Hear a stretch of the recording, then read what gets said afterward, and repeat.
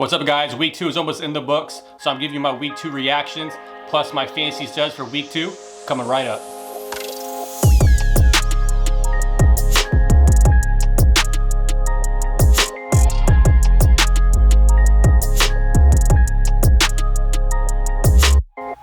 What's up, everyone? Welcome to the Gridiron Fantasy Football Podcast. Today is Monday, September 21st, 2020. And of course, I am Chip, I'm your host, and thank you so much for listening today. If you're a new listener, thank you so much for joining us as well. If you'd like to share our podcast, you can find us over on Apple and Google Podcast, Spotify, Stitcher, and iHeartRadio. And now, exciting news is that we are now on Amazon Music. So if you have Amazon Music and you want to find our podcast, we're on there now. So that just happened last week. So super stoked about that. Just one more, avenue for people to listen to the podcast. So if you have Amazon Music and you would like to listen to our podcast, it's on there. But if you also want to watch our podcast, you can watch us over on YouTube at Gridiron Fantasy Football. So please don't forget to hit subscribe so you don't miss another episode.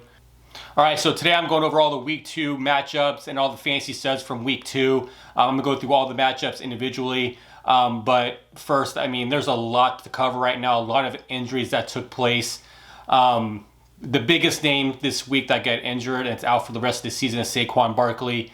This game I was watching on the Red Zone, and 2 plays in a row that he got injured. The first one that he got injured on was he landed wrong on his left arm, and he seemed to kind of be favoring that left arm when he went back to the huddle. And then the next play, he got tackled and tore his ACL. So Saquon Barkley's out for the season.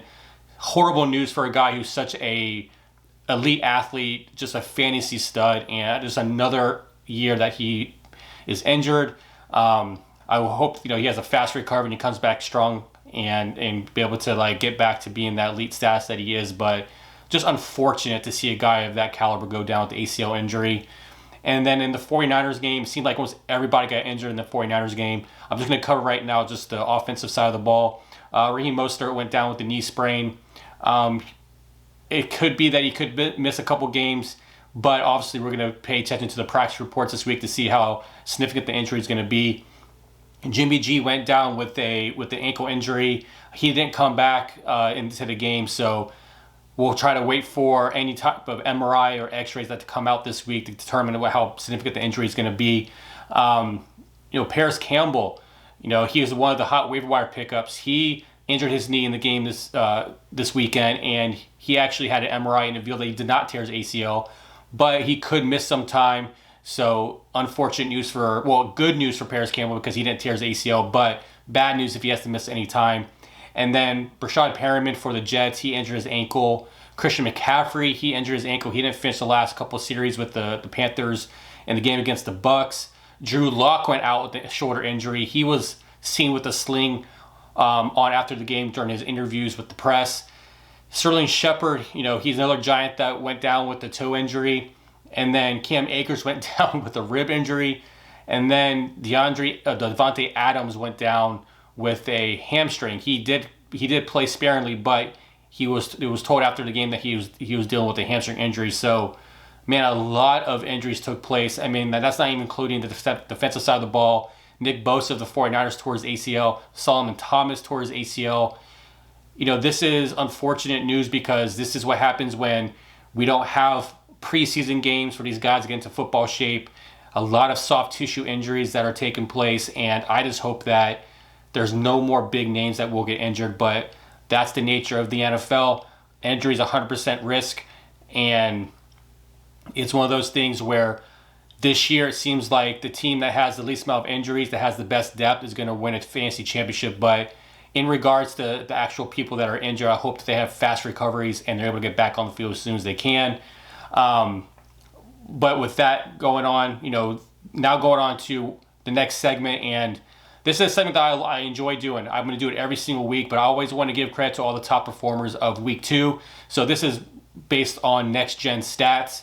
And then this week again, the fastest ball carrier was Raheem Mostert on his 80-yard rushing touchdown. He topped 23.09 miles per hour. He just beat his speed of last week when he ran for 22 miles per hour, and that's crazy, man. 23 miles per hour. That is crazy to be able to do, and I didn't realize he was that fast. But the second week in a row, He's been the top, ball carrier in terms of the speed that he was able to run.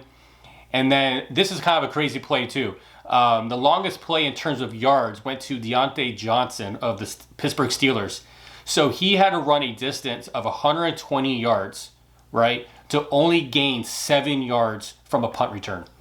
Like, that is a lot of yards just for a minimal gain. But that's the fun thing about these stats, is that you get to see how many yards these are, how much the players are running in terms of yardage.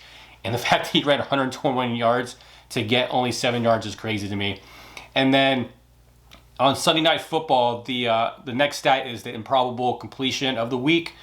Russell Wilson to David Moore had a completion probability of 6.3% on his 38-yard TD reception. So, that was, like I said, there was Russell Wilson had a 14.3% completion percentage probability last week. This week was only 6.3%. So crazy stat, crazy completion, crazy game. I mean, Russell Wilson was on fire on Sunday Night Football and pissed me off because I was going against Russell Wilson. But anyways, and then on the defensive side of the ball, the fastest sack this week went to Yannick Ngakoue from the Minnesota Vikings. He had a sack of 2.77 seconds, so he got to the ball to the quarterback, the quickest this week. So pretty crazy stats, but I also always enjoy saying those stats to people who are interested into that. So with that being the case, we'll go into like the week 2 matchups.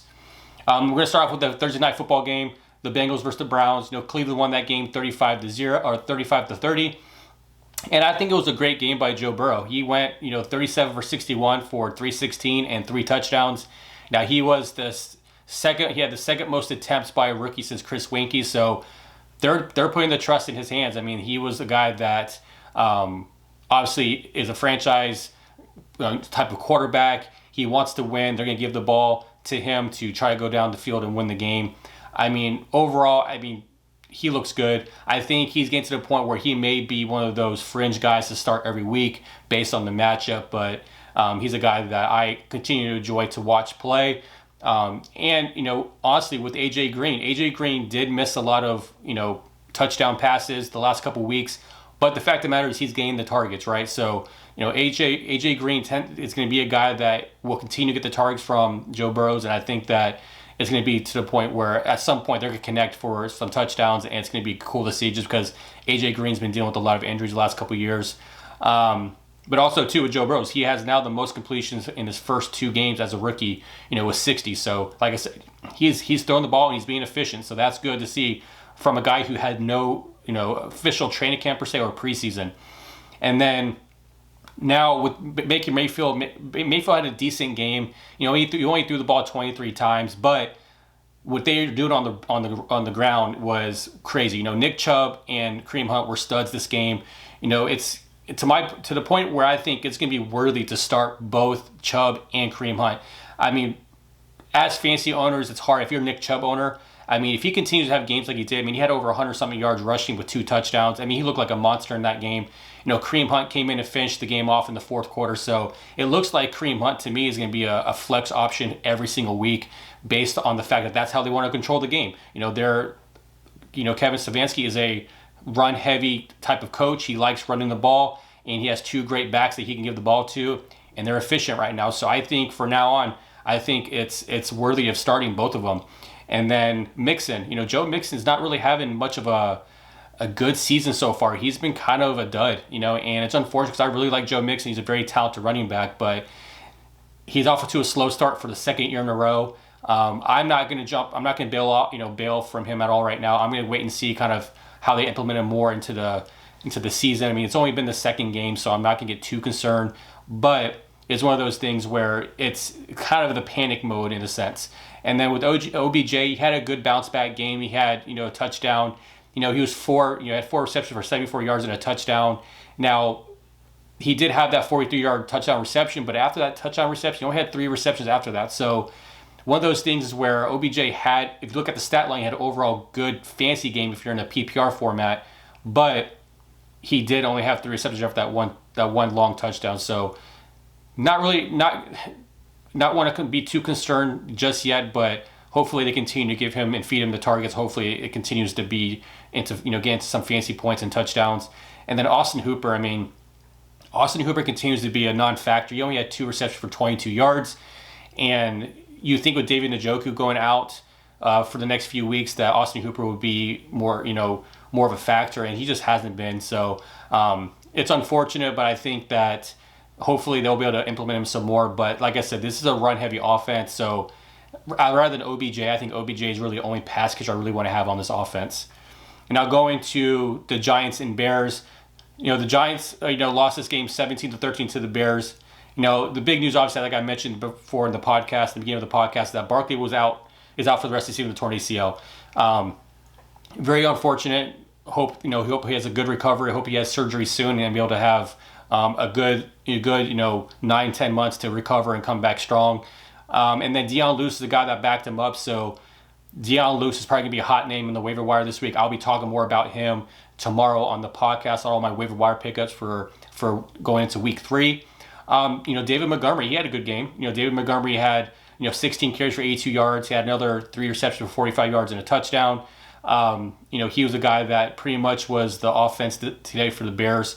Not much from Allen Robinson. It's Allen Robinson's a significant, has a significant role on that team, but it just didn't show today. And then for the Giants, Evan Ingram was really the only guy that stepped up today. He led the Giants with 6 receptions for 65 yards. He led the team with 8 targets. So last week the receiving game had the receivers, Slayton had a good game. Sterling Shepard had a decent game, but this week Evan Ingram was the only guy that really had the good game receiving. This is just a bad game in general for the Giants. They had a chance to win at the end, but unfortunately couldn't get the game won. But Daniel Jones, I mean, he's going to be one of those hit or miss guys, and I think he does have the talent around him. But now with Barkley out, they're going to force him to throw, and I think that's going to cause him to have some bad games. So Barkley was kind of that safety net for Jones, and now that he doesn't have him, I know that's going to be a little concerning. But hopefully Daniel Jones kind of gets it together, and hopefully has a good 2020 season. And then going on to the Falcons versus Cowboys, I watched some of this game, and I think everybody had watched the end of this game, and this game was crazy. I mean, the Cowboys won 40-39 against the Falcons. And if you're watching that game, I mean, what were the Falcons thinking at the very end of the game on that onside kick? Like, they knew it was coming. And the way the onside kick was, the way the ball was just curving around and just kind of going to that 10-yard mark, and none of the Falcons decided to jump on the ball. I understand they're concerned if the ball jumps a certain way that they're not going to be able to get it. They may fumble it and give the ball back to the Cowboys, but nobody decided to jump on the ball when it reached that 10-yard mark. And I think the Falcons deservedly should have lost this game. I mean, they were up by 15 points with less than 5 minutes left in the game, and they were unable to seal the deal. I just don't get it. I mean, it's an awful loss for the Falcons. I mean, you look at the game, Dak Prescott had a good game. He had 3 total touchdowns rushing, and then he had a passing touchdown. And then Matt Ryan had a good game. He had 4 touchdowns. He passed for 4 touchdowns. And, Todd Gurley, going to the rushing, Todd Gurley had a rough game. He was 21 for 61, so he had 21 carries for 61 yards. That was only 2.9 yards per carry. Zeke had a good game. He had 122 total yards and a touchdown. Calvin Ridley, he busted out again today with 7 receptions for 109 yards and 2 touchdowns. He's a guy that I think is going to continue to be that breakout star this year. Everyone had him as a breakout this year, and so far he has had 2 good back-to-back games. And it sucks because Julio Jones, he was a non-factor today. On the Dallas side of the ball, receiving, CeeDee Lamb led the Dallas Cowboys with 6 receptions for 106 yards. But the story about this, I think a guy that had a quiet game that I don't think anybody's really realized was Dalton Schultz, the tight end for the Cowboys. He had 9 receptions for 88 yards, and he led the Dallas Cowboys with 10 targets. And he had a touchdown. So he may be a guy that if you're looking for a tight end help because there's a lot of injuries, he may be a guy that you may be able to sneak for pretty much nothing on your waiver wire. But Dalton Schultz is the guy that you may want to. I'll talk more about him tomorrow. But he's a guy that you could potentially add for nothing on your roster. And then going on to the Lions versus the Packers. Packers won this easily 42-21. The Packers right now are the number 1 scoring offense. I mean, massive game from Aaron Jones. He had 18 carries for 160 yards and 2 touchdowns. Then he added 4 receptions for 68 yards and a touchdown. He was a guy I was going against my fantasy. I was going against him and Russell Wilson, and I was up by a massive amount. And these 2 guys pretty much single-handedly won the week for my opponent. And very frustrating, but that's the way fantasy football is sometimes. But on the Lions side of the ball, Adrian Peterson still led the team with 7 rushes for 41 yards. And Kerryon Johnson had the only touchdown rushing for this game. So, this is a backfield that you continue to be unsure about because, Adrian Peterson's getting the majority of the carries, but then this week, Kerryon Johnson got the touchdown. So, this is a backfield that I'm still waiting to see who leads that role because everybody wants DeAndre Swift to be that guy, but right now, Adrian Peterson seems to be the lead back. So, right now, I'm staying away from the Lions backfield. And then going to the Jags versus the Titans. This was a good game. This was a back-and-forth game. The Titans won this 33-30. And huge game by Tannehill and then Jonnu Smith. This was, I think, Jonnu Smith's breaking out party game. He's a guy that everyone kind of had on that fringe breakout type of player if he had the opportunity. So he had a very good game. But going back to Tannehill, he had 4 passing touchdowns. He's very efficient again in this game. Gardner Minshew went, he had 339 yards passing for 3 touchdowns, but he had 2 interceptions. So a game that Gardner Minshew, man, he's starting to become a guy that I think would be, I started him in one of my leagues. I play in a 2-quarterback league, but he gets the Dolphins next week. And I think that Gardner Minshew is starting to be one of those guys where you can probably feel comfortable starting, especially in a 2-quarterback league. But he may be a guy that you can stream and be comfortable doing that. But like I said, back to Jonnu Smith, I mean, he was 4 for 84 and 2 touchdowns. The guy is a freak athlete. I think it does help that A.J. Brown is out. So you saw the targets go for him. And then, Adam Humphries led the Titans with the targets this week. But on the Jags side of the ball, James Robinson had a good game. He went 16 for 102 and 1. He had the majority of the rush attempts for the Jaguars. So he seems to be a guy that you can probably play in your flex every week. He's continued to get the ball. He did add some receptions as well. So he's a guy that, he had 20, I think he had over 20, PPR points this week. So definitely a good game by James Robinson. And then going on to the Vikings versus the Colts. Colts won this game easily, 28-11. Ugly game by Kirk Cousins. I mean, he had only 113 yards and he had 3 interceptions. And this is a game that is just very frustrating if you had Adam Thielen. I mean, if you're a Dalvin Cook owner, he had a quiet game until the fourth quarter. He finally had that touchdown and the 2-point conversion in the fourth quarter, but super ugly game for the Vikings. And then, Jonathan Taylor, though, he had a good showing today. He had 26 rushes for 101 yards and a touchdown. And on the flip side of this, Nyheim Hines had 0 rush attempts. He only had 1 reception and 1 target for 4 yards. So the prize possession of the waiver wire for last week was a guy that pretty much everybody was going after, was a complete dud this week. And that's the unfortunate thing about the waiver wire is that, the week 1 may not be a good indication on how everything's going to go out the rest of the season. So unfortunately, he was a guy, if you start him, you're highly disappointed in that. But it's one of those things where, he's still an asset. He's a good flex play. But Hines was a guy that you probably lost you this week because you're expecting so much more out of him, and unfortunately he didn't deliver. And then, Phillip Rivers, I mean, this is known, but he still continues to love his tight ends. Jack Doyle was out this week, and then Mo Alley-Cox was a guy who stepped in for him. He led the team with 5 receptions for 111 yards. So if you were able to pick him up, he's a guy that you can probably play every week, just because that's a favorite target for Rivers based on the position. But on the flip side of that, if you picked up Paris Campbell this week in free agency, unfortunately he left the game with an injury. But like I said earlier in the podcast, he's, he was able to dodge a torn ACL. So it's still not certain how long he's going to be out. But the fact of the matter is that at least that he won't be out for the season. And going to the Bills versus the Dolphins, this was a good game. It got delayed because of lightning, but it was a 31-28 win for the Bills. I mean, Josh Allen continues to be a stud. I mean, he had 417 yards and 4 touchdowns today. I mean, it was a massive game for Stephon Diggs. He had 8 receptions for 153 yards and a touchdown. Mike Gesicki had a great game. He had 8 receptions for 130 yards and a touchdown. Devontae Parker had a touchdown today. Preston Williams did nothing. He was a non-factor today. And then on the backfield for the Dolphins, Myles Gaskin led the Dolphins in rushing for 7. He had 7 rushes for 46 yards. Now I know that's not a big game, but you're talking about who's going to be that guy who leads a backfield that could get the carries. And right now, I think he's worthy of a waiver claim. If you didn't pick him up last week, he's a guy that you should target because it looks like they want to go to him. He's a younger back. He's super athletic. He can catch the ball in the backfield. So he may be a guy that you could target if he's still available in your league. He's a guy that you should be able to try to grab for this week. All right, now moving on to the 49ers versus the Jets. The Jets won this. The 49ers won this one easily, 31-13. I mean, it's an ugly game all around for the Jets. But a lot of injuries happened in this game. I mean, Jimmy G went down. Like I said, Raheem Mostert went down. Nick Bosa went down. Solomon Thomas went down. Just an ugly game. Really not much to talk about this game. I mean, other than Mostert, he had a good game going into before the injury. He was 8 for 92 and a touchdown. Like I said, he had that 80-yard touchdown run. Jordan Reed had a good had a good game. He had 2 touchdowns. So if you were out with George Kittle this week, if you were able to pick up Jordan Reed and plug and play him, he was a guy you could have pivoted to. He had a good game, so you definitely weren't disappointed. And then Jerick McKinnon, a guy that was injured all of last season, he came back and he came out this game and he went out. He showed that he could carry the load and he filled in very well. So Jerick McKinnon might be a guy. Hopefully we get some news about Raheem Mostert before the waiver wire claims happen on Wednesday.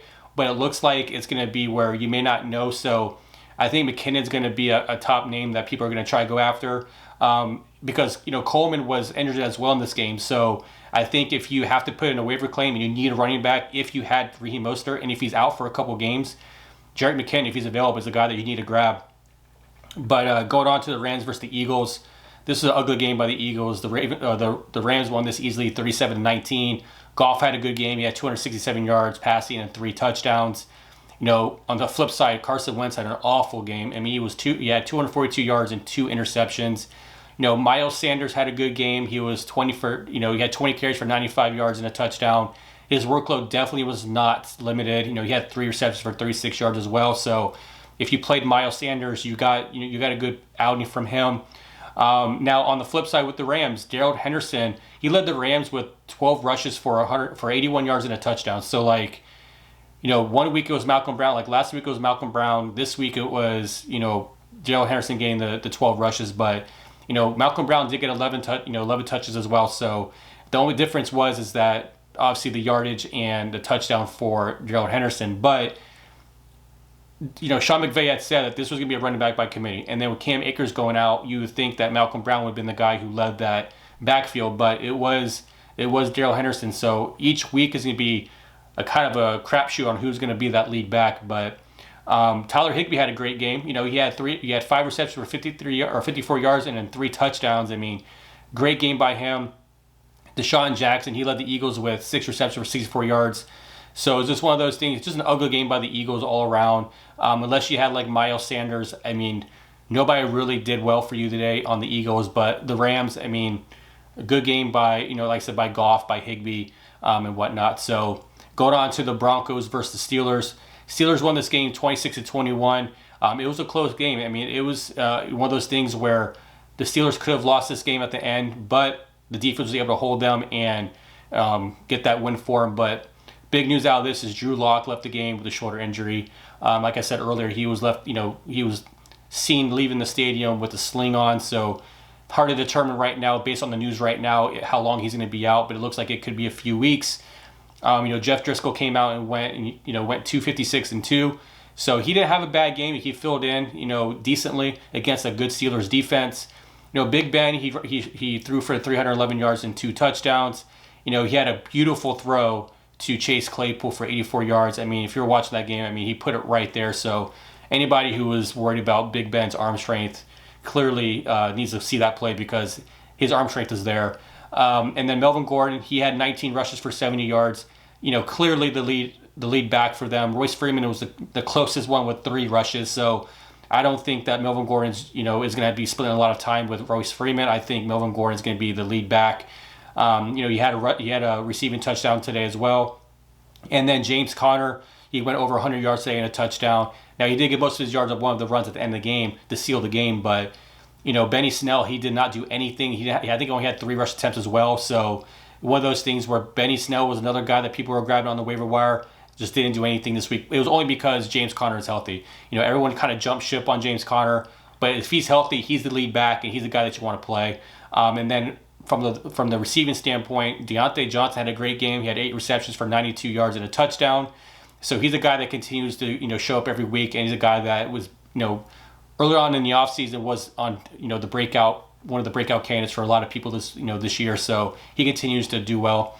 And then going on to the Panthers versus the Bucks. Bucks win this game 31-17. It was a little dicey because the Bucks were up 21-0, and then the Panthers were able to make it a 21-14 game. But it was one of those things where, a very subpar game again for Brady and for Bridgewater. Brady had another interception yesterday, and then, Leonard Fournette, he had a good game. He had 12 rushes for 103 yards and 2 touchdowns. He had 4 receptions for 13 yards, and he was able to seal that game. Like I said, a lot of his yards came on that last run to seal the game on Sunday. But Leonard Fournette, I think he's going to be the lead back soon enough. I think he's shown enough where he still has, it's crazy that I'm still not understanding why the Jags gave up on him. I know there's a lot of internal stuff going on, but the guy can still play. He definitely showed that he still can be that lead back if he needs to. So I think Leonard Fournette at some point will supersede Ronald Jones for that starting position. But Christian McCaffrey, he had a decent game. I mean, it wasn't. He had a touchdown. If you play in a full PPR league, he didn't do bad for you. He had a decent game, but he left the game early with an ankle injury. And then Mike Evans led the team with 7 receptions for 104 yards. He was doing, he was balling out in the beginning of the game, and then he kind of slowed down by the end of the game. He did have a touchdown today. DJ Moore and Robbie Anderson both went over 100 yards, so good games by them. So if you're playing DJ Moore and Robbie Anderson, you definitely weren't, unhappy with that performance. Now going to the later games, Washington versus the Cardinals. The Cardinals won this game 30-15.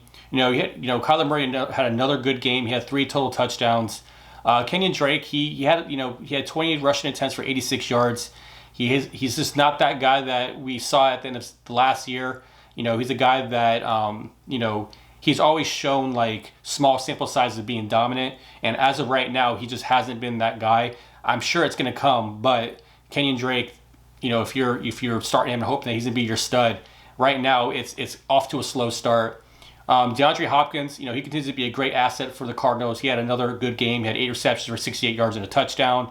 Now he has the most receptions in the first 2 games with a new team with 22.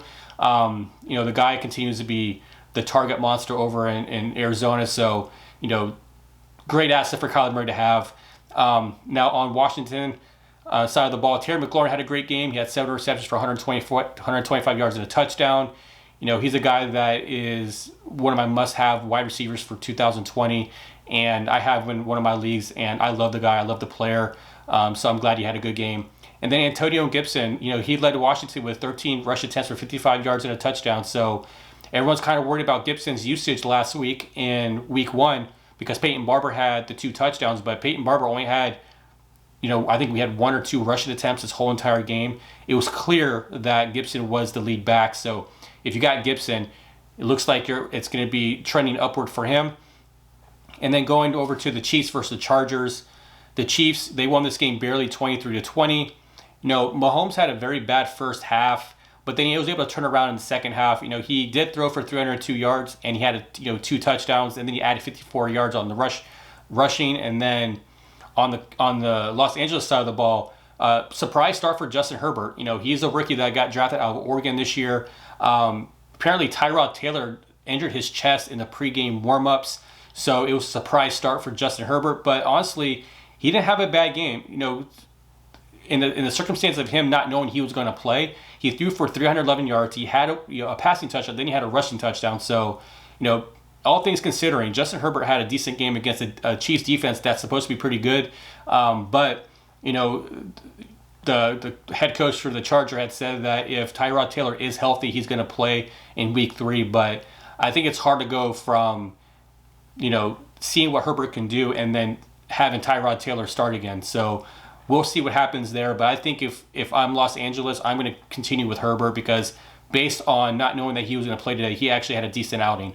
And then, Tyreek Hill, Travis Kelce had good games. They both had, about 90, almost 100 yards receiving. They both had touchdowns today. Clyde Edwards-Helaire, he had an average game. He didn't really do much on the ground. He had 10 rushes for 38 yards.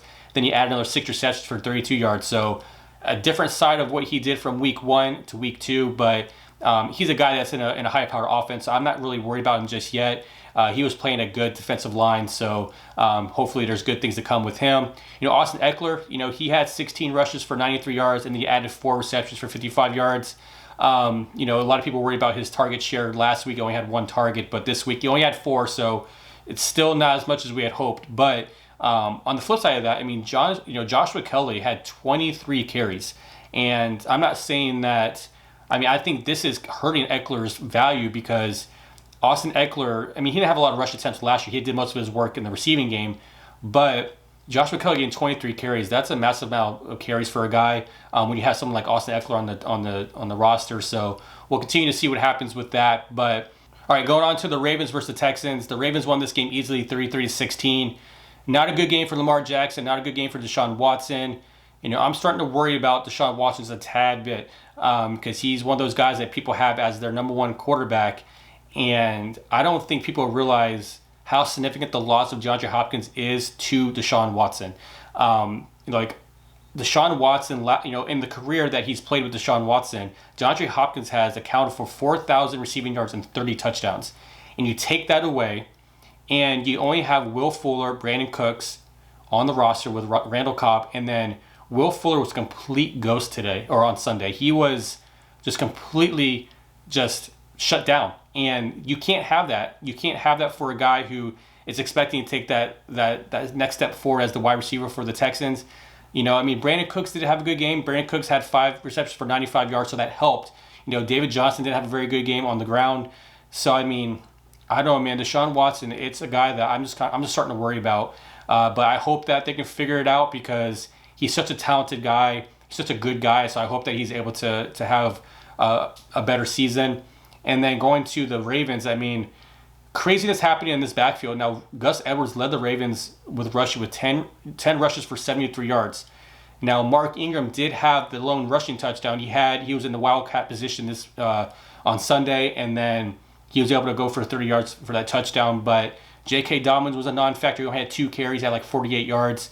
But this week it was Gus Edwards. So, this is one of those backfields too I'm kind of nervous about. I think Mark Ingram obviously is the lead back, but then this week Gus Edwards was. So it's just kind of the Lions backfield. I'm just not sure who I want to play. I don't own any shares of any of the Ravens backfield, so I don't have to make those decisions.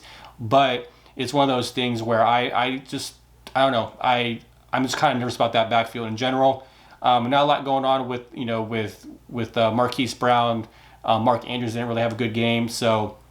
With that being said, going to the Sunday night game, Sunday night game was the Patriots versus Seahawks. The Seahawks won 35-20. It was a goal line stance by the Seahawks that sealed the game for the Seahawks. Russell Wilson, man, it was a freaking monster on Sunday night. He had 288 yards and 5 touchdowns. He threw a touchdown to 5 different receivers. I'm a little salty about this because, like I said, I was going against Aaron Jones and Russell Wilson in my matchup this week. I was up by 65 points. Going into this game, and now I am only up by a point, and I have a 52% chance of losing because I still have Alvin Kamara going tomorrow night, and my opponent has Drew Brees. So, just one of those games where I live in Seattle, so I go for the hometown team.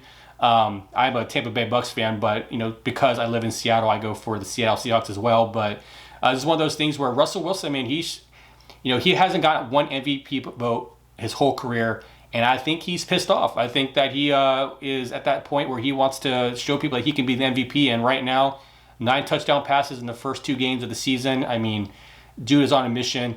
Cam Newton as well. Cam Newton had a great game. He had 3 total touchdowns. Like I said, he almost had a 4th touchdown at the end of the game if he was able to get in the end zone. But, he was a guy that, people were kind of nervous about because we weren't sure how healthy he was, how he would do with the New England Patriots. But so far, Cam Newton is having a good season. Now, Chris Carson, he had a mediocre game. He was pretty quiet until he had that 4th quarter touchdown pass from Russell Wilson. But if you have Chris Carson, you didn't have a disappointing game because he got you that long touchdown reception.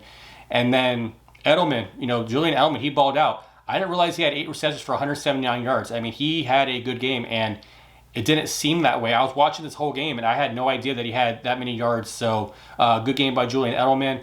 And then DK Metcalf, he got the best of Gilmore, and he went for 4 receptions for 92 yards and a touchdown. DK Metcalf is another guy that I think will emerge as number 1 receiver for the Seahawks, and he had a great game against a really good corner. I mean, DK Metcalf is a specimen of a man, and he's going to be used a lot, and he's just a mismatch. So now with that, that's all the matchups. I'm going to go into the studs of the week. So at quarterback, so the studs of the week is Dak Prescott. He had 43.3 fantasy points. Russell Wilson was he led with 42.91 fantasy points, and then you had Josh Allen who had 40.14 fantasy points this week. So massive games, games from those 3 quarterbacks. And then at running back, Aaron Jones, 45.6 PPR points. Leonard Fournette, he was probably on a lot of benches today, and he scored 27.6 PPR points today. And then Nick Chubb, he was the 3rd best back this week. He had 26.3 PPR points. And as of right now, we don't know what the results are for the Monday night game, but as of right now, Nick Chubb and Kareem Hunt are top 5 backs this week. So that's going to change because Alvin Kamara plays on Monday night. But it's one of those things where, like I said, I think these are 2 running backs you can play on your roster every week. And going to the wide receiver position, the studs of the week was Calvin Ridley. Calvin Ridley led the wide receivers with 29.9 fantasy points, with Stephon Diggs second with 29.3 fantasy points, and then Julian Edelman that I just mentioned, he had 25.9 PPR points. So great game for those 3. And then at the tight end position, Tyler Higbee led all tight ends with 28.4 PPR points. Mike Gesicki for the Miami Dolphins, he had 27 points today, and Jonnu Smith rounded out with 24.4. So that's it for the studs of the week. And now tonight you have the Monday night game. You have the Saints versus the Raiders. It's one of those games like, what do you need to win? What do you need to win this week? Because I know for me, I need Alvin Kamara to outscore Drew Brees by about 5 points tonight. So I hope that I can get it done, but I'm concerned that I'm not going to. I have a feeling that Drew Brees is going to have a big game against that Raiders secondary. But what do you all need to win? Leave a comment down below and let's talk about it, because I'm always interested to hear what you guys need to win for the week. So that's it for today. Thank you so much for listening. Please like, comment, and share our podcast. Next episode for Tuesday, I'll be talking about my week 2 waiver wire pickups going into week 3. So don't forget to hit subscribe so you don't miss that episode.